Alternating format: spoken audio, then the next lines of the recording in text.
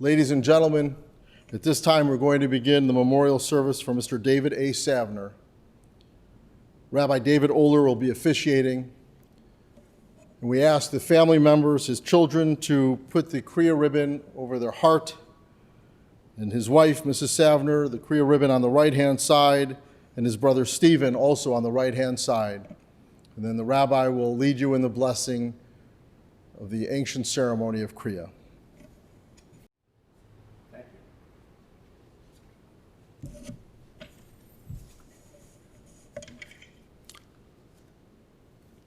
Please join me in the blessing. Baruch atah Adonai, Eloheinu melech olam, dayan ha'emet. Praised is God, the righteous judge. Please take your seats.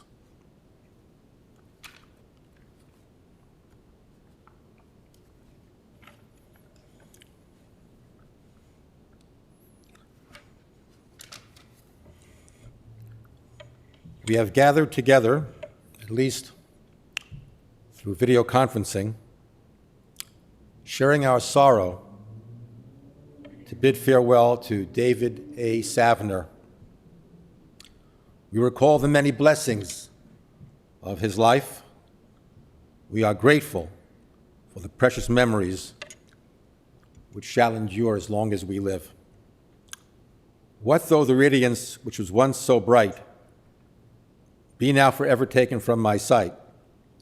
Though nothing can bring back the hour of splendor in the grass, of glory in the flower, we will grieve not, rather find strength in what remains behind.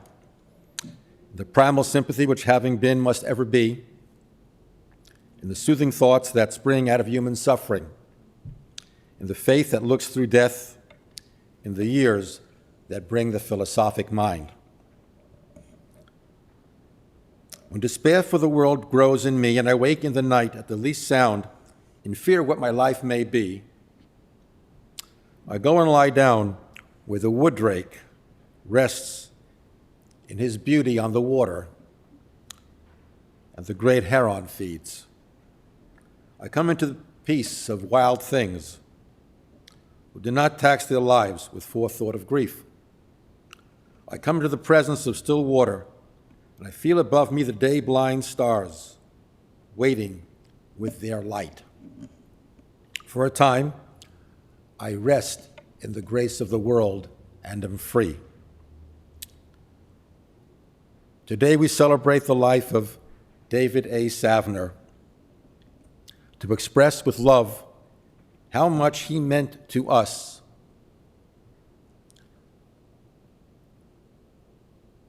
We support one another, we affirm life, and affirm that David Savner was important to us. We join together to express our love, to share our loss as we celebrate his life. The love of the human heart is the most real, the most beautiful of all the realities we know. It's the richest gift of our humanness. It's the love that joins us together as lovers, as husband and wife, as parent and child, and as friends and neighbors. Whatever the length of time may be, to have known something of this is to have experienced the supreme privilege of being human. The anguish of parting cannot destroy this most real of all realities. The love has been, the affection has existed, the ties have been woven. Life has been shared, the joys and the sorrows.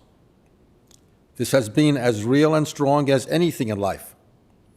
The love that once was born can never die, for it has become part of us, of our life, woven into the very texture of our being.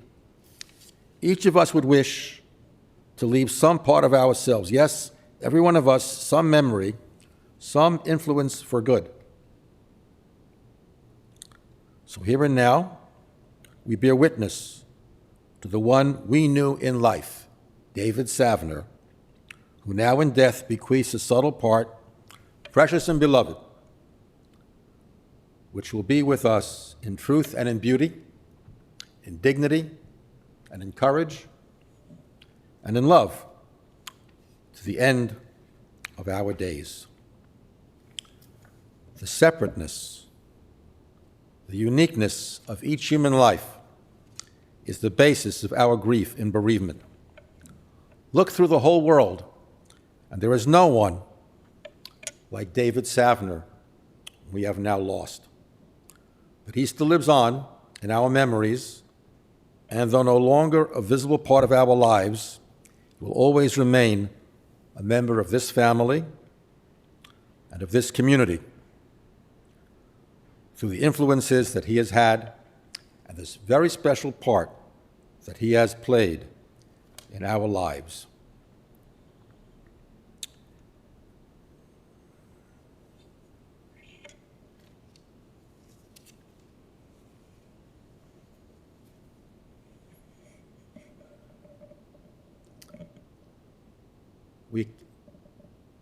Today we feel many very mixed emotions, very strong emotions. We're devastated at the loss of David Savner. We're particularly devastated by how it is that he died. We're grateful that he lived an active, healthy, engaged life until the very end. He exercised every day. He felt fine. If not for this ravage of the pandemic of COVID, David would still be here with us. And when stricken with COVID, he fought very hard to try to live, but sadly, to no avail. This coming December, next month actually, he would have been married to his beloved wife, Libby, for 53 years. They had a truly special relationship, a wonderful relationship. They enjoyed each other so much. They enjoyed doing so much together. They shared everything. They traveled together throughout the world. But I think of all the travels, they really enjoyed best sitting together in their own home, reading, and from time to time looking up and sharing some insight, something novel that they had come across in their respective reading. They spent a lot of time together, especially in recent years, especially during the time of the pandemic. They laughed together often, and they shared so much with each other. They truly understood and supported each other in every possible way. They were truly best friends. And together, they developed a huge network of friends in the community, and they both together enjoyed a very active social life. They were blessed with 2 children, with Jennifer and Michael. David had a great relationship with his children. He had strong expectations of them as they were growing up. He may have been a little bit more lenient with his daughter in those days than with his son. But certainly in their growing adulthood, he became friends, gave them the sense of being peers with him as best he could. He was always thoughtful towards them and respectful of them, and he served as a very important advisor to them. And he continued to have high expectations and high standards for them, which they certainly achieved over the course of their lives together. When Michael married Jennifer, David treated her as if she were one of his own children. David had a very special place in his heart for his granddaughters, Molly, Abby, Kate, and Marissa. He was always warm, nurturing, and loving to them. With his brother Steve and sister-in-law Cindy, he had a close relationship. And with his brother-in-law Bert and sister-in-law Shelley, he was also very close. With his nieces and nephews, he had a lot of affection for them, and they had reverence and respect and love for him as well. David adored his family, and his family adored him. Even beyond the family, certainly, David was a presence in the community. Everyone who knew him, who interacted with him, had great respect for him. He's the kind of person who made everyone around him feel comfortable. He made conversation with a broad range of people, with his peers, with his partners, as well as with doormen and other working class people. Whoever it was that he came across, he was warm and respectful to them, and people really appreciated that. He had a great wit, a wonderful sense of humor. He was an extremely successful corporate attorney, and his work was extremely important to him. Carrying out his work in an ethical, responsible manner was very, very important to David. He had great pride in his work and great pride in the tremendous influence that he accomplished through his career. David mentored many younger colleagues over the course of his career, and he was helpful to so many people, to colleagues and to clients alike. I'd like to share with you a note that was shared with me that came to the family from one of his mentees. It reads as follows: David has meant so much to me in my life and career. In so many ways, he has been the model I have lived by.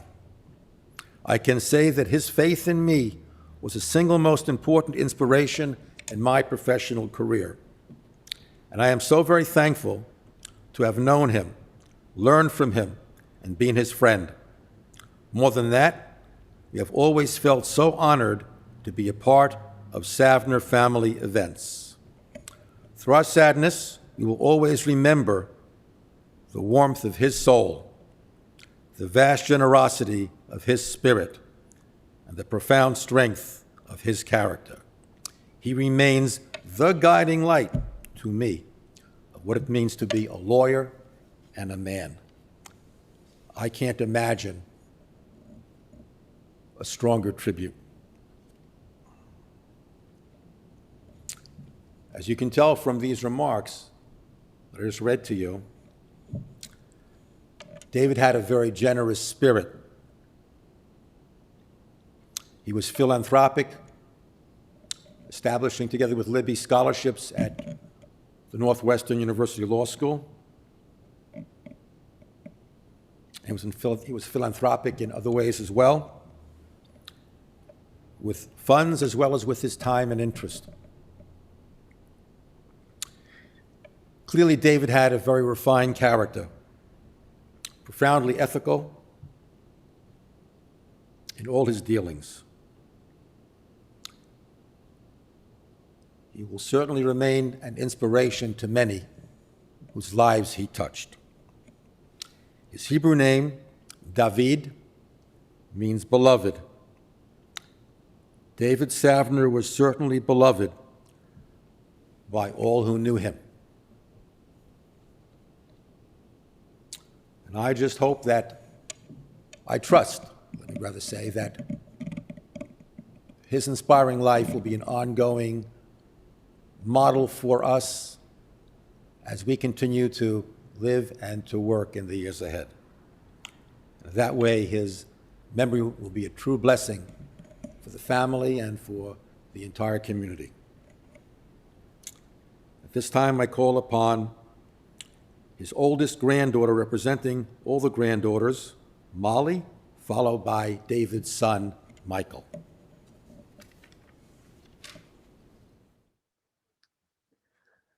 Hi, I'm Molly. I'm speaking on behalf of myself, my sister Kate, and my cousins Abby and Marissa, or more simply, the grandchildren.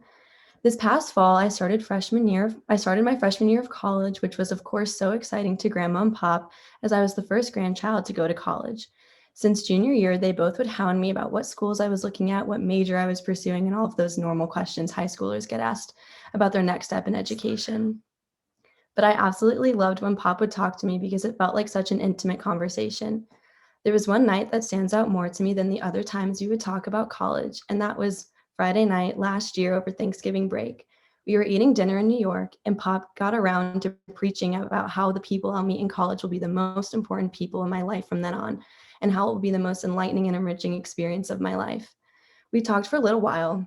Then I turned to talk to Marissa, and Pop grabbed my attention again to mention the many temptations that college brings. And of course, I smiled and nodded my head, affirming I would obviously stay away from any distractions of college. Marissa and I giggled, and so I asked Pop what his best experience of college was, sort of assuming I would know what that memory would involve. And he proceeds to tell me that his best memory was when he fell down the stairs outside of a frat, and it was so funny and embarrassing. I was shocked, and I asked him, "Really? That was your best experience?" And he said, "Yes, it really was. I focused on my studies when I was at school." And in my head, I was like, "Yeah, no kidding. Have you visited Northwestern recently? Your name is plastered on a hall." So he would always ask me, Kate, and Abby if we were considering Northwestern or if we were applying. And for me, one day I finally had to say, "Pop, I know you love that school. I love that school, and it's so amazing, but genuinely, I do not know how I would even function at that incredible place, and you are a hell of a lot smarter than I'll ever be." He chuckled and respected my decision, as I knew he would. He never stopped trying to get each of his grandchildren to be the best we could be, and he worked so hard to make sure we all had all that we would need to become our best selves and attempt to become as exceptional as he was. I don't know any other grandparents who care so deeply about their grandchildren's education, and it is truly incredible. The opportunities I've been so fortunate to experience all stem from Pop and his desire to create a life where his family can be happy and flourish. Pop has done some pretty incredible things in his lifetime and has accomplished goals most only dream of. Those achievements and honors, however, are more for the other family members, his colleagues, and his friends to remember. As for the grandchildren, we will remember playing catch at the old sandhouse in La Jolla, going to SeaWorld and Legoland, eating his delicious cheeseburgers, going shopping because somehow we got extremely lucky with a grandpa who likes to shop, and getting one of those famous David Savner massages that hurt sometimes, but you can never refuse one.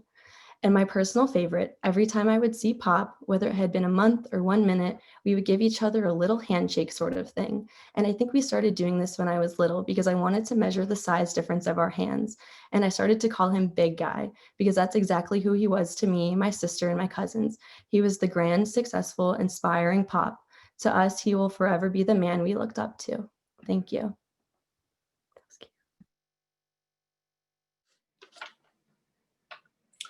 Well, that's a tough act to follow for sure. It's so wonderful that so many people could join this Zoom virtual service today. I'm positive that adding an unwanted level of technology to this process, my dad would have absolutely hated this entire thing. I think between having to do this via Zoom, the unwanted attention, and the process in general, we really had a trifecta of things that would have driven him absolutely nuts. If this service were for any of you, you should assume there's about a 30% chance my dad would have been able to connect to it, and a 70% chance he would have thrown the iPad across the room. But with that said, on behalf of my sister and I, and of course my mom, we are really touched by the outpouring of love we've received in the past few weeks.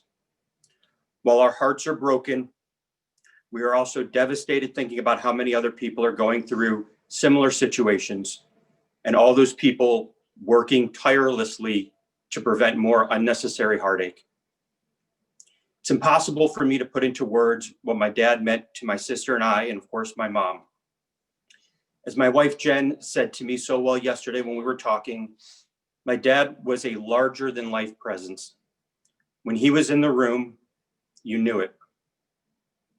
He was very passionate about his work, Northwestern, and a wide range of philanthropic causes that will benefit from my parents' generosity for many years to come.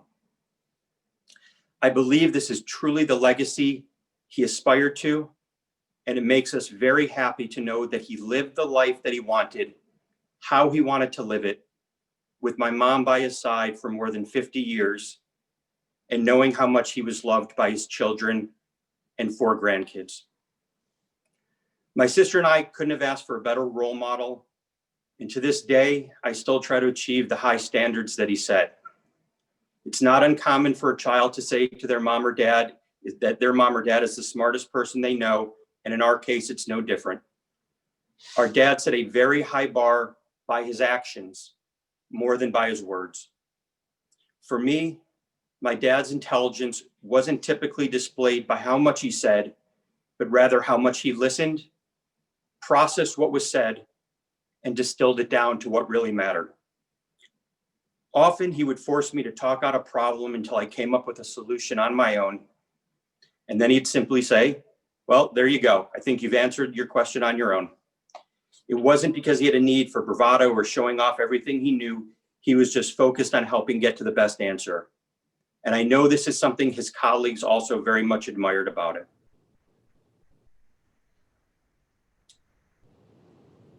As a son, I think this is the most valuable skill he could have taught me. And I hope to do the same for Abby and Marissa. In fact, he was so smart that a year ago when he and I decided to take a trip together, he picked Scotland so we could visit a bunch of Scotch distilleries, which gave us a way to make our bad habit look like a cultural growth experience. It was really a genius move. So as sad as we all are today and feel cheated that we won't get to spend more time with him, we're going to choose to remember the amazing life he had of his own doing. And that feeling we had when he was in the room will never leave us.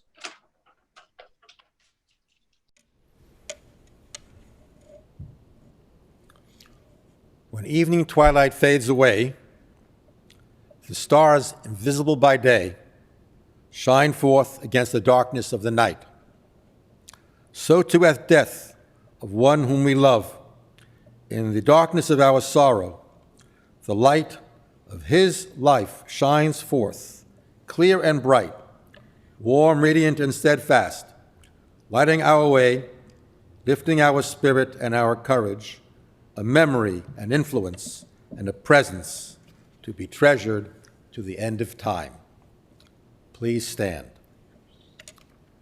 El molei rachamim, shochein b'meromim, hamitzei menucha nechano, tachat kanafei hashechino, b'ma'alot kedoshim utahorim, kizor kiyamasi yirim, et nishmat David Savner sholach li olamo, began Eden tehei menuchato, ono balarachamim, hastireu beseter kenofech li olamim, utzror b'tzeror echayim et nishmato, Adonai hu nachaloto, v'yonuach b'shalom mishkavo, v'nomar Amen.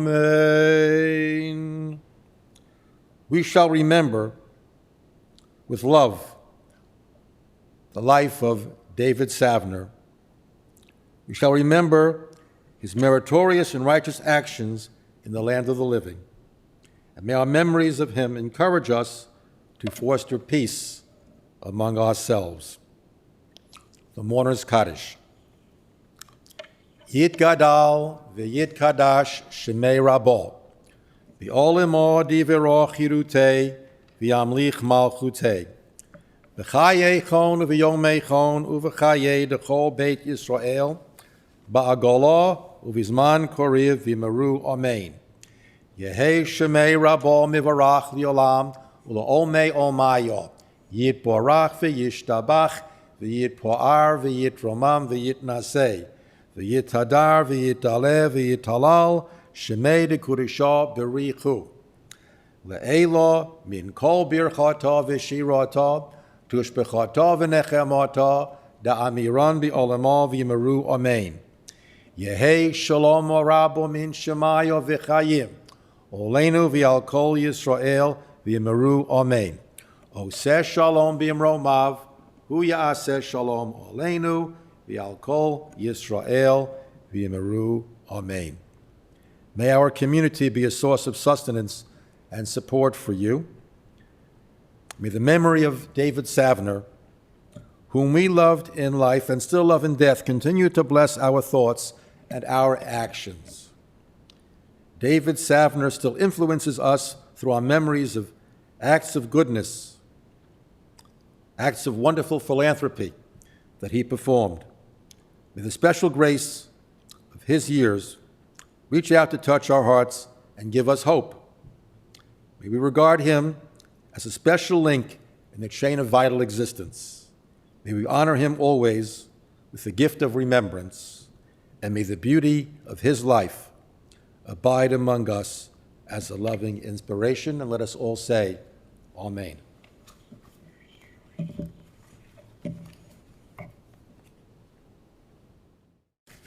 Ladies and gentlemen, this concludes the memorial service of Mr. David A. Savner. Memorial contributions in his memory to the Parkinson Center at the Shirley Ryan Ability Lab would be appreciated, and all that information is on our website. Also, we'd like to acknowledge the beautiful floral piece that was brought to the funeral home today from his law firm, Jenner & Block. This concludes the service. We hope everyone remains safe and healthy. Thank you.